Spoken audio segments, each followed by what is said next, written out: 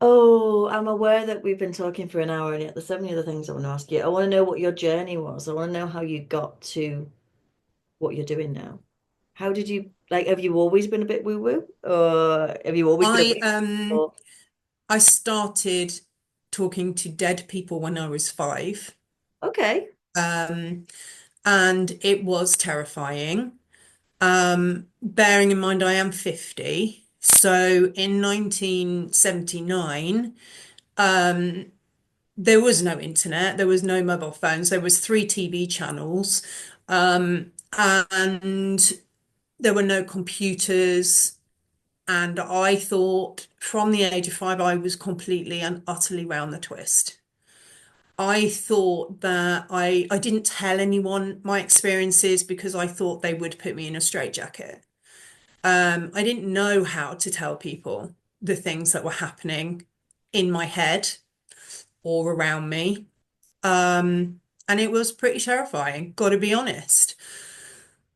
It wasn't until, I mean, and that continued to happen when I was in my teens. I had my granddad died, and we were all really close to my granddad. He was like the most amazing man, great big hunk of a man, with the most enormous hands I've ever seen in my life. Weirdly, it just sticks with me. And he was so gentle, such a lovely, lovely soul. And he had been poorly and he was in hospital. I was 13 at the time, I think. And one night, in the middle of the night, I woke up. Well, I was woken up and I sat up in bed and I shared a room with my sister. And I sat up in bed and Grandad was sat at the end of my bed with a cup of tea. And he used to have a cup and saucer and he was sat with a cup of tea at the end of the bed. And he turned around and he looked at me and he winked because he always winked and he smiled and then he was no longer there. And I knew in that moment that he had transitioned and that he was no longer alive. And I didn't feel scared and I didn't feel sad. I just felt really peaceful. And I lay down and I went back to sleep. And then the next morning, my mum woke us up at 8 o'clock and she was really distressed. And she said, I need to talk to you all. And she took us downstairs and my whole family were there. We're really close to I've got cousins who I'm really close to and my mum's brother and they were all there. And mum said, oh, your granddad died oh, what I forgot to say was I looked at the clock and it was 3 o'clock in the morning. Um, so she said, your granddad died last night. But I already knew. Um, and everybody was crying and wailing and as you would expect. And I was just sort of stood there watching it all happen. And I felt this very weird sense of, I don't know, it's really hard to describe. It's like I already knew and I just felt peaceful about it. And I went upstairs because everybody was upset, and I was just like, I just need to get my head together. I can't believe this is happening. Like, did Grandad really come and say goodbye? Like, am I going mad? Like, so I went upstairs, and my cousin came up, and he's like my big brother, and he came upstairs and he went to the room. When he came out, I was coming downstairs again, and he said, Catherine, and I said, yeah, and he said, are you okay? I said, yeah, yeah, I'm good. Why? And he said, it's just that you haven't cried. And I said, no, I know. And he said, I just wanted to make sure you're all right. And I gave him a hug and I said, yeah, yeah, I'm good. And that was it. But he'd noticed that my reaction was completely different. And it wasn't until, I don't know, a good time later, 6 months, a year later, that I told my mum and I said, at 3 o'clock in the morning, I woke up and Grandad was at the end of my bed and he winked at me and smiled at me and sort of chuckled. And then he went. And she said, what time? And I said, 3 o'clock. And she said, he died at 3 o'clock. And I was like, A shiver. and those sorts of things happen to me all the time. I had premonitions of things in my sleep, and I'd wake up screaming. And my mum, God love her, she'd be like, "What's the matter?" And I'd be like, "Oh, this happened, and this happened, and this happened." Stuff like that was pretty terrifying. But it wasn't until years later um, that I met somebody who was kind of into this. She was a lot older than me, and she was into the same stuff. And she sort of explained it all. And all of a sudden, for the first time, I didn't feel mental. I don't like using that word. It's not got good connotations, but that's how I felt. I felt like I was completely fucking bonkers. And for the first time in my life, I thought, God, I'm not on my own. Like, there's other people that experience this. And from there, I joined groups and I read books and I practiced and I started reading tarot and I just dived into it. And I kind of got to know myself a little bit. But then I got married and I had children, and very much it took a back seat. And then I had, skip forward 30 years and or however long it's been. And I had that experience with my second husband. And that's when I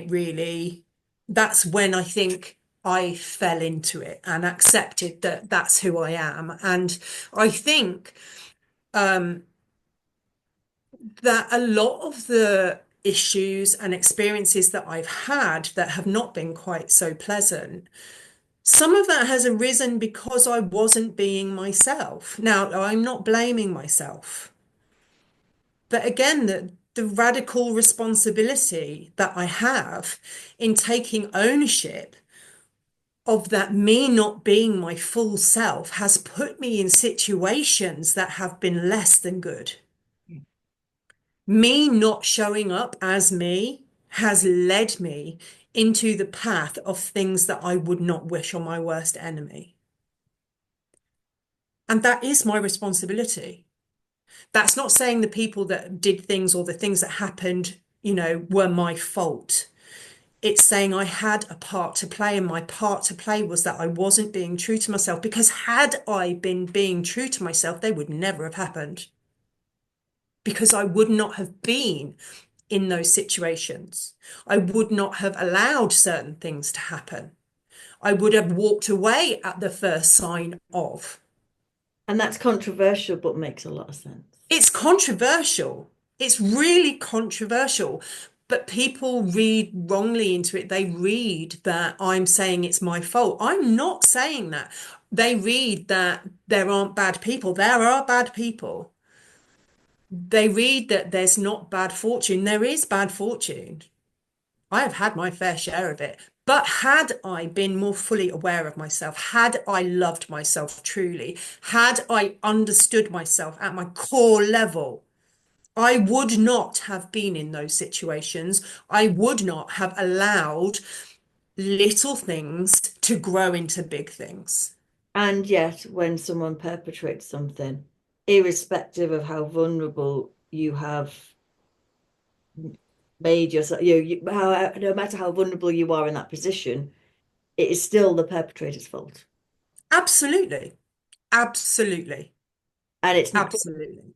responsibility isn't a pie chart. You can have No. it can be 100% the fault of the abuser, the perpetrator, and yet, as a victim, survivor, whatever word you want to use, you can still say, I've learned from this and I would do something different next time. And how powerful is it for me to sit here and say, I understand that this person did really bad things Yeah. and that it's not my fault Yeah. that this person did really bad things. It is not my fault that this happened and that happened and the other happened. They're not my fault. However, had I fully fallen into who I am and understood myself at my core level, I may have made different choices, which may have led to other things, because what that does is it empowers me, because I can then say, I know that by being me, by being my true self, I make better choices. And through making better choices, better things happen. And that's not to say that really shitty things won't happen in the future. Of course they fucking will.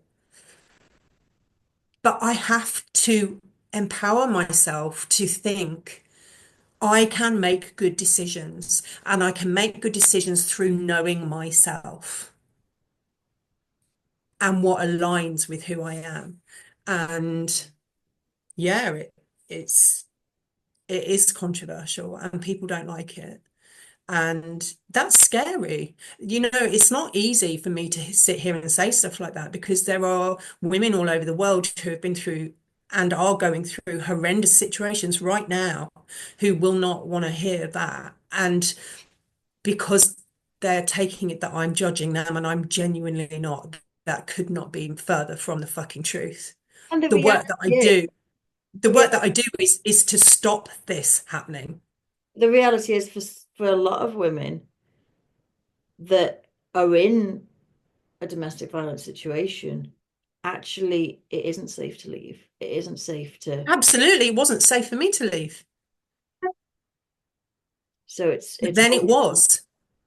Do you know what I mean? Like, I've been there. I totally get it. Like, people say to me now, like, because obviously I'm out the other side, and people say to me, I don't understand how you let that happen.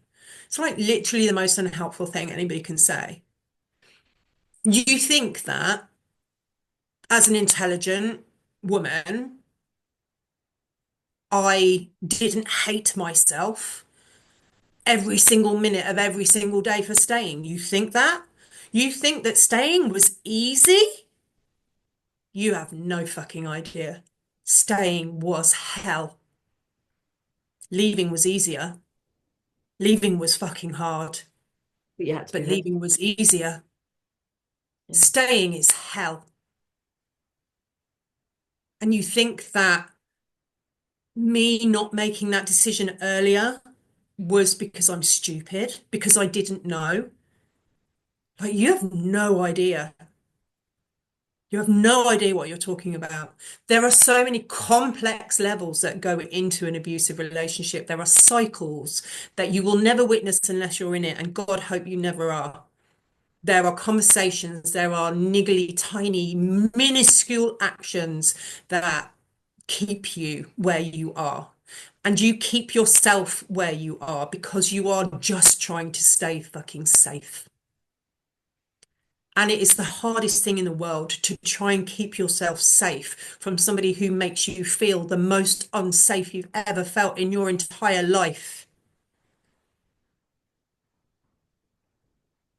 And people don't get it unless they've been in it. But the difference between the me when I left and the me a year before, when there was no, if somebody had said, you're going to leave tomorrow, I'd have burst into tears and said, I can't. What was that difference?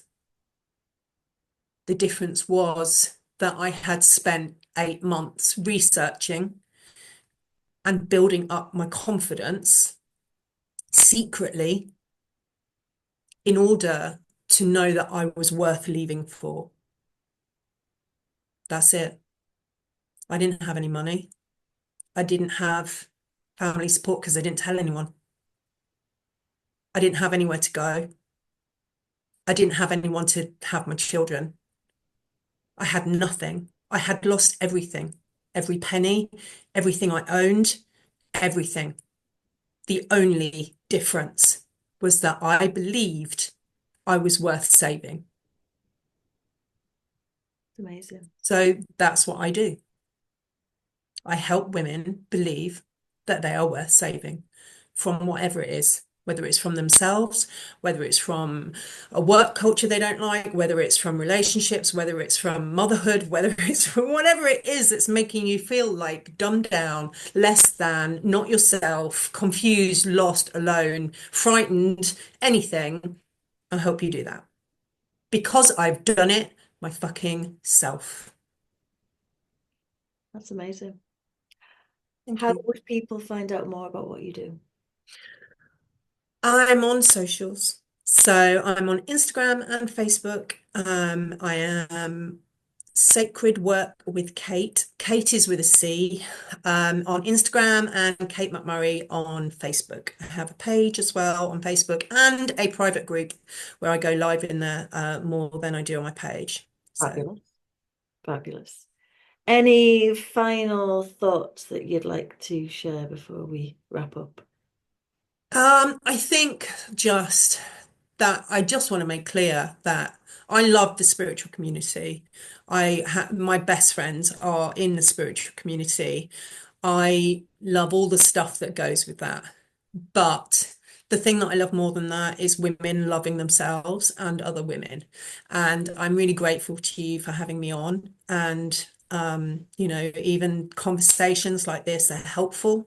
I hope that somebody has got something from it. And it was a pleasure. You very much.